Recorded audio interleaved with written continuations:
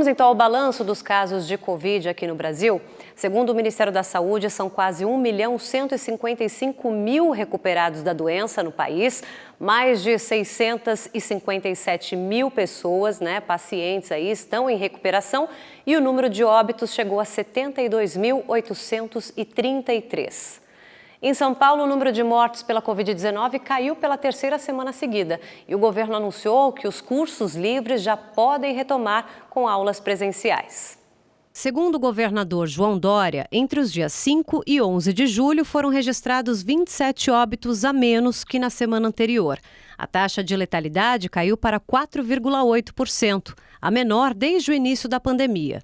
Com a situação mais controlada, as aulas presenciais de cursos livres e complementares, como idiomas, foram liberadas.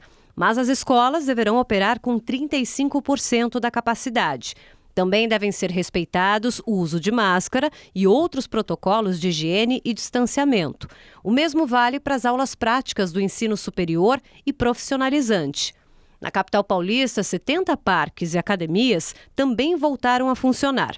Para treinar, o aluno tem que marcar hora, deve usar máscara e redobrar os cuidados de higiene, além de respeitar 1,5 metro de distância dos instrutores e de outros alunos. Os locais só podem receber 30% do público. No caso dos parques, o limite de visitantes é de 40%. O funcionamento é das 10 da manhã às 4 da tarde, de segunda a sexta. Vamos ver agora as medidas de enfrentamento ao novo coronavírus no Ceará e também no Rio de Janeiro. Começou a valer nesta segunda a lei estadual que obriga o uso de máscaras no Rio de Janeiro.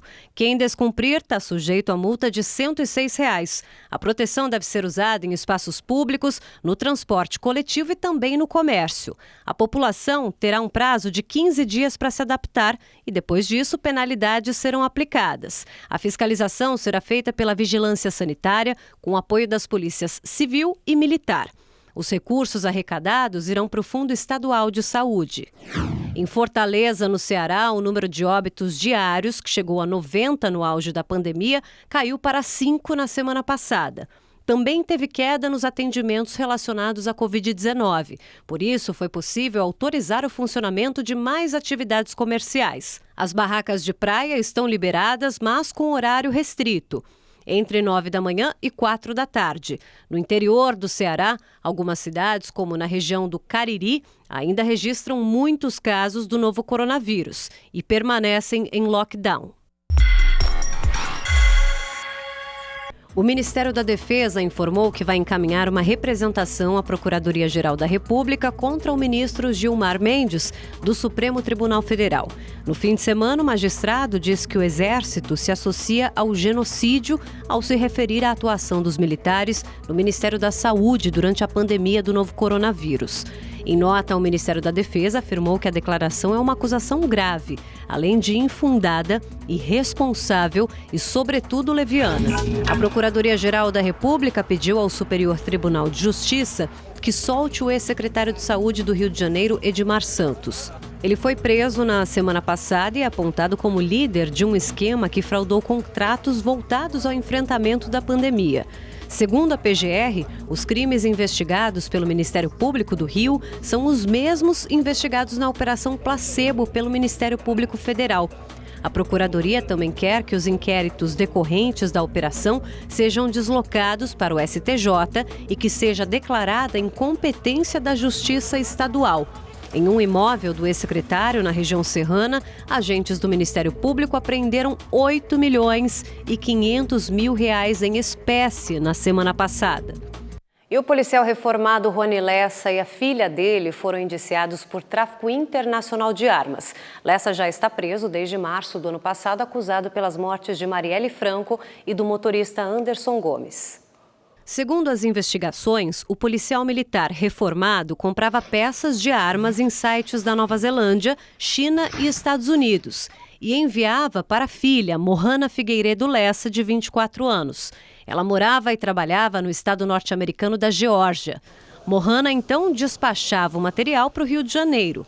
Rony Lessa orientava a filha a tirar as peças das caixas originais e se desfazer das notas fiscais. Ela e o pai conseguiam ludibriar a fiscalização aeroportuária do Brasil e introduzir esse material aqui no país onde o seu pai, mediante o conhecimento que ele tinha de arma de fogo, que ele tem de arma de fogo, montava essas peças e revendia esse material como fuzil para comunidades carentes, tanto dominadas por milícias como também pelo narcotráfico. O esquema começou a ser investigado depois que Lessa foi preso em março do ano passado, acusado pelos homicídios da vereadora Marielle Franco e do motorista dela, Anderson Gomes.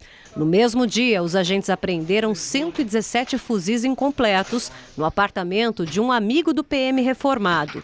Alexandre Mota Souza chegou a ser detido, mas em depoimento disse que o material pertencia a Lessa.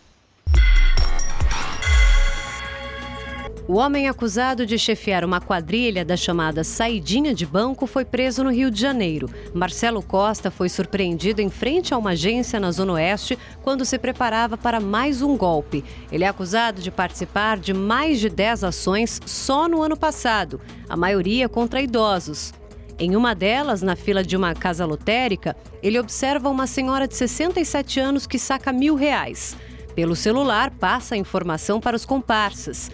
Um deles entra armado na lotérica, rouba a bolsa da idosa e foge. Marcelo já tem passagem pela polícia por homicídio e latrocínio. 8 toneladas de maconha foram apreendidas durante uma operação da Polícia Civil. Um esquema de distribuição de drogas foi descoberto na região da CEAGESP, Zona Oeste de São Paulo. Os policiais suspeitaram de uma movimentação atípica envolvendo vários carros e chegou até um armazém de frutas, verduras e legumes onde a droga estava. 5 pessoas foram presas. Elas vão responder por tráfico de drogas e associação para o tráfico. Olha, um vídeo mostra mais um episódio polêmico durante uma abordagem policial em São Paulo. Dessa vez, uma mulher é imobilizada de maneira violenta. No vídeo, a mulher aparece no chão já rendida. Com um dos pés, o policial militar pressiona o pescoço dela. Repare que ele chega a tirar o outro do chão. A vítima é uma comerciante negra de 51 anos. Por causa da abordagem, a mulher teve uma fratura na perna e precisou passar por cirurgia.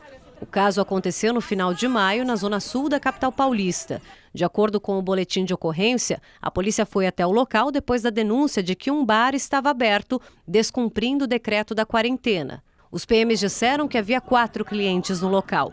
Um deles tentou fugir e precisou ser contido. As imagens não mostram, mas os agentes contaram ainda que durante a ação, a mulher dona do bar teria atingido eles com uma barra de ferro. A Secretaria de Segurança Pública investiga esse caso. Os 2 PMs envolvidos já estão afastados das atividades e ficarão assim pelo menos até a conclusão do inquérito. E olha, a segunda-feira foi marcada por fortes ventos em São Luís do Maranhão. As imagens são impressionantes. Olha aí, casas, comércios, igrejas foram destelhados. Uma torre de telefonia também foi derrubada. Motoristas e moradores registraram tudo ali, vários momentos de pânico. Pelo menos 10 bairros ficaram sem energia. Não houve registro de desabrigados ou feridos. E um recadinho, aqui na programação da Rede TV você tem chances de ganhar no Festival de Prêmios Pote de Ouro. De segunda a sábado você pode ganhar smartphones e smart TVs em nossos sorteios. E aos domingos no Encrenca tem a chance ainda de levar para casa R$50 mil em barras de ouro. Se você já era assinante, continue concorrendo e ganhe automaticamente um cupom para participar dos novos sorteios. Mas caso ainda não tenha feito sua assinatura, ainda dá tempo. Acesse redetvplus.com.br ou aponte a câmera do celular para o QR Code aqui na tela. Boa sorte!